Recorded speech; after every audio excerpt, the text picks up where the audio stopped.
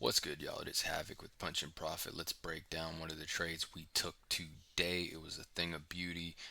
Fridays don't usually have price action this clean and beautiful, but it was a great day.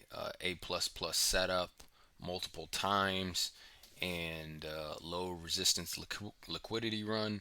This happened during the silver bullet hour. You couldn't ask for a better trade. 50 points is more than enough. But if you want to see the video and the live execution on my Express account with my funded futures, you can go check that out in the description. The link will be there. Notate one thing, my mic wasn't working very well, so the volume won't be available. But if you want to see the live execution, it's there just for proof. And I did take profit like 5 to 10 points early. It is Friday. Sometimes I get a little bit paranoid, and I already made money prior. You don't want to go into weekend with any bad trades or a trade going against you after making a lot of money. So, I took the bag and ran with it. But that's something I have to work on long term is taking my profit, because if I skew my risk to reward, that could come back to haunt me. But little issues to fix. All right, so let's get into the trade. So here we have our 930 opening, the green line. I will also mark out the first fair value gap printed right here.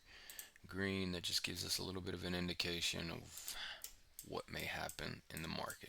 Okay, so untouched keeps moving up into a higher time frame point of interest in this green box with the purple lines. That's our higher time frame point of interest. Now I will be coming out with 2 more videos because there's a trade I took and you can see the live execution from the 930 opening that you can view, and there's a trade right here in this price leg. Lots of setups in one day and on a Friday. It's crazy. But we get this higher time frame point of interest on the daily time frame.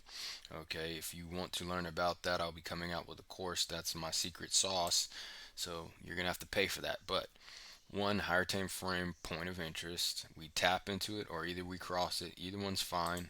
But when we get into this shaded area, that's when we're going to start looking for our reversal signals. Now let's hide this real quick so we got less chart lipstick. Okay, so 2, we get our inversion, and it's in this orange box. Within the orange box, I marked out the bullish fair value gap and I marked out a bearish fair value gap. Okay, just so you could see where the overlapping went down.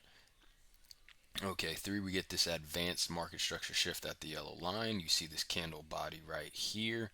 Okay, that's where the advanced market structure shift happens. That's where we can place our entry. You could get an early entry on the inversion, but that's for another day. We'll teach that technical type of thing.